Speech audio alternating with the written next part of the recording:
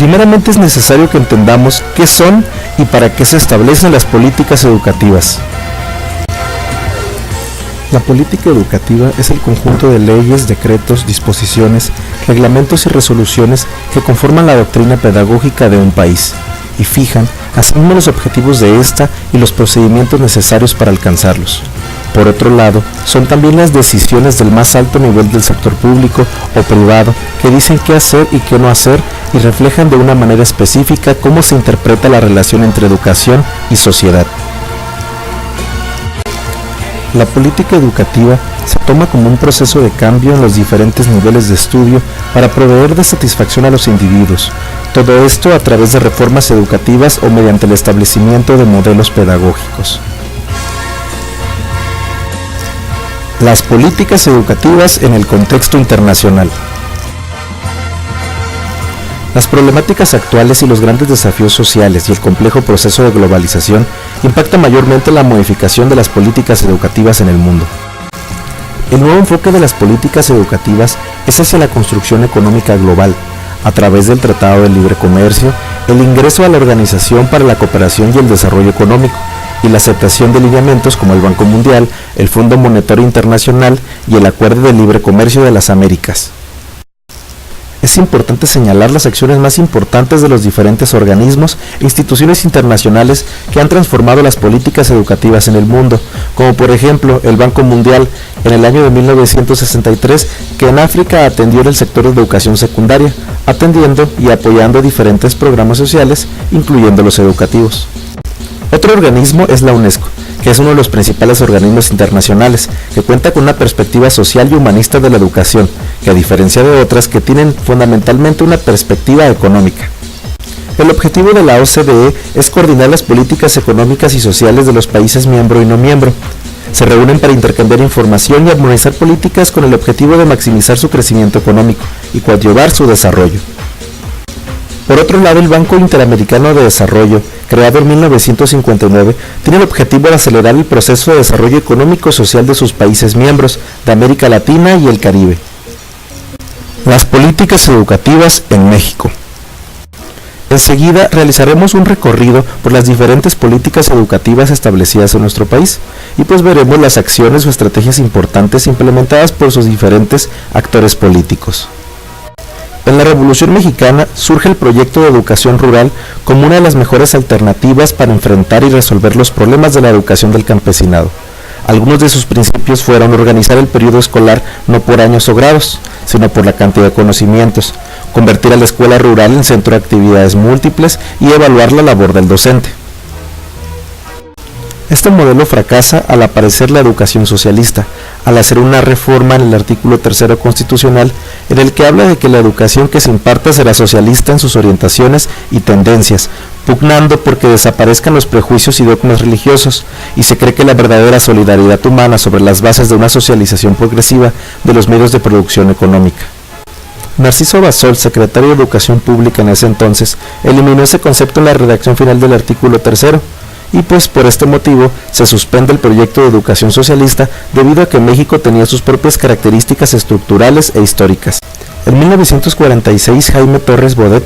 reforma el artículo 3 y sustituye la educación socialista por los principios de educación humanista integral, laica, nacionalista y democrática, orientada hacia el respeto a la dignidad de la persona humana, la supresión de las distinciones y privilegios, la integración familiar, la independencia política y la solidaridad internacional.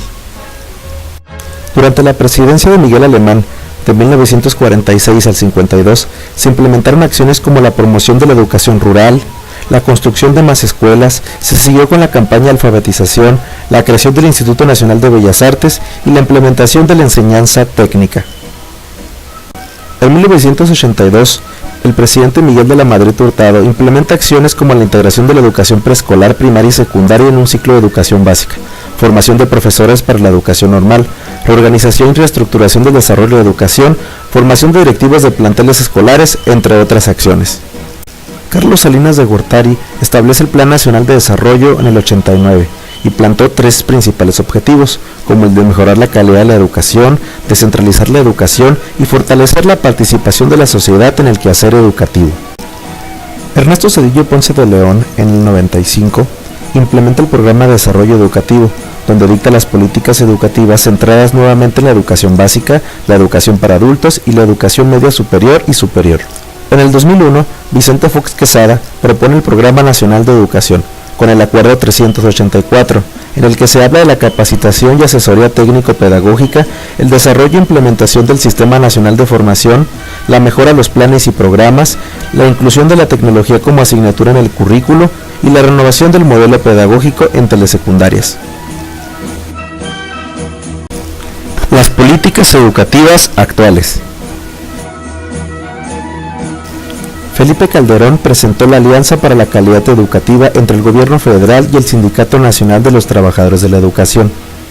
en el que plantea 5 objetivos básicos: el mejoramiento de la infraestructura, la profesionalización del magisterio, fomentar una mayor vinculación de la educación con la modernidad electrónica, las próximas plazas para maestros se otorgarían mediante exámenes de oposición y fortalecer la participación social con el apoyo de los padres de familia. Durante el arranque del gobierno de nuestro presidente actual, Enrique Peña Nieto, ha realizado una serie de propuestas orientadas a la realización de una reforma educativa.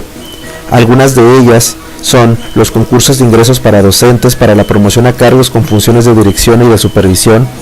además de la evaluación obligatoria para todos los maestros. Se crean las escuelas dignas y escuelas de tiempo completo, se crea el sistema de información y gestión educativa y se quiere impulsar el suministro de alimentos nutritivos, entre algunas otras cosas.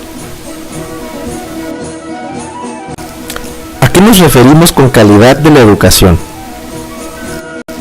A través de la implementación de políticas educativas se busca alcanzar la calidad en la educación, pero existen diversos referentes en torno a lo que se piensa que es calidad.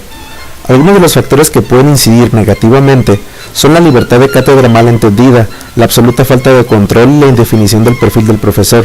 También hay algunas variables que inciden a la calidad, como las actitudes del profesorado hacia los estudiantes, el conocimiento del profesorado, la capacidad para transmitir conocimientos, la de organizar los aprendizajes y el sistema de seguimiento y evaluación. Además, también hay algunas características de centros escolares eficaces, como el tener metas compartidas claras, valores propios, liderazgo profesional en la dirección, estabilidad laboral, currículum organizado, un buen ambiente de aprendizaje, profesionalismo del docente, apoyos de los padres de familia y la atención a los derechos de los estudiantes. Para saber si la remuneración de los maestros es alta o baja, cabe que nos preguntemos, ¿alta o baja o en relación a qué? La remuneración docente no es baja cuando se le compara al grupo de referencia más relevante y muestra que el tema salarial no es significativo en la determinación de la calidad del aprendizaje de nuestros alumnos. Muy bien, entonces ahora podemos definir a la educación de calidad, que es aquella que asegura a todos los jóvenes la adquisición de los conocimientos, las capacidades de destreza y actitudes necesarias para equipararles para toda la vida adulta. Evaluación de las políticas educativas.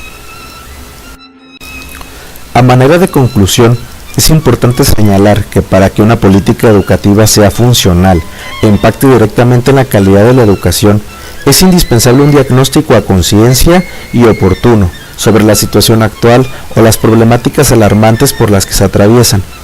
Por ende, es necesario hacer conciencia al profesorado de la relevancia de su papel educativo, brindándoles planes de estudio que atiendan al desarrollo de pensadores y ciudadanos realmente competentes. Por otra parte, los docentes deberían ser bien remunerados y contar con una estabilidad laboral que les permita enfocarse completamente en su tarea educativa,